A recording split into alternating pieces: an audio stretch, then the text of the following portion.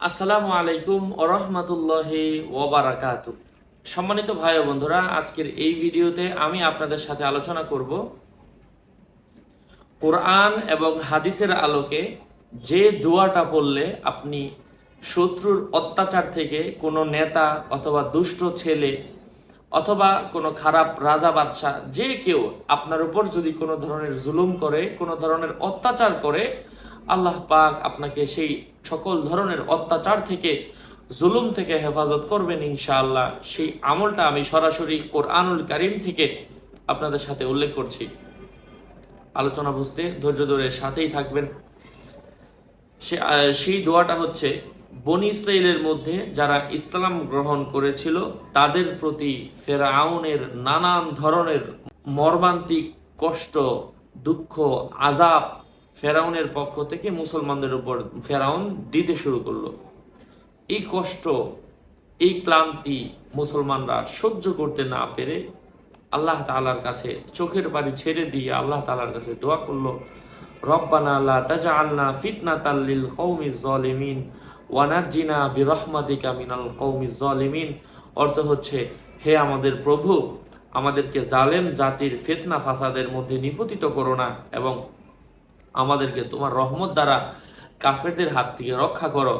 ঠিক কোরআনুল কারীমের আয়াতটাও এ জামানায়ও কাজে লাগবে। যখন কোনো দুষ্ট ছেলে, যখন কোনো খারাপ অথবা কোনো অভদ্র ছেলে, অভদ্র মানুষ, অভদ্র নেতা যারা আপনার উপর জুলুম করে, আপনার সম্পত্তি নিয়ে যেতে চায়, আপনার উপর জোর করে কোনো কিছু চাপিয়ে দিতে চায়, এমন কোনো অপবাদ দিতে চায় যা আপনি করেননি, তখন আপনি আল্লাহ তাআলার কাছে চোখের পানি ছেড়ে দিয়ে কোরআনুল কারীমের এই আয়াতটা পাঠ করেন, যা মুসলমানগণ আল্লাহ তাআলার কাছে পাঠ করার সাথে সাথে আল্লাহ সুবহানাহু ওয়া তাআলা তাদের সেই দোয়া, আল্লাহ তাআলা তাদের সেই দোয়াগুলোকে কবুল করে নেন এবং যে এই জুলুম করেছে, অত্যাচার করেছে, সেই ফেরাউনকে আল্লাহ পাক নীল নদের মধ্যে, পানির মধ্যে ডুবিয়ে মারেন।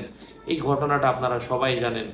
ঠিক 2 দিন পর পর তো আপনার সমস্যার জন্য, অমুকের জন্য তো 2 দিন পর পর বিভিন্ন দোয়া, বিভিন্ন আয়াত নাজিল হবে না।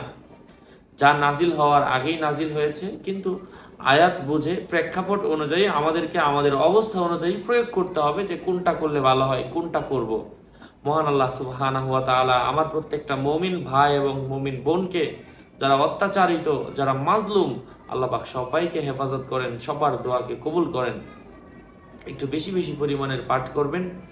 যার ঈমান যত বেশি, যার আল্লাহ তাআলার সাথে তার আমলের যোগ্যতা অথবা আল্লাহ তাআলার কাছে সে যত বেশি, যেভাবে বেশি, যত বেশি চাইতে পারে, আল্লাহ তাআলা ওই বান্দার উপর যত দ্রুত সন্তুষ্ট হবেন, তার দোয়া দ্রুত কবুল হবে ইনশাআল্লাহ। আল্লাহ সবার দোয়াকে কবুল করেন, আমিন। আসসালামু আলাইকুম ওয়া রাহমাতুল্লাহি ওয়া বারাকাতুহু।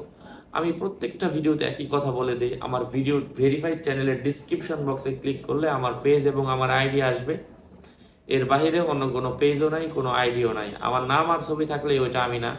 প্রত্যেকটা ভিডিওতে আমি স্পষ্টভাবে নিষেধ করে দিই, আমার নাম লিখে ফেসবুকে সার্চ দিতে যাবেন না, কারণ আমার নামে হাজারো মানুষ হাজারো আইডি গুলো ভরে ফেলছে। এই জন্য সাবধান। আমার নাম আর ছবি থাকলে ওইটা আমি না।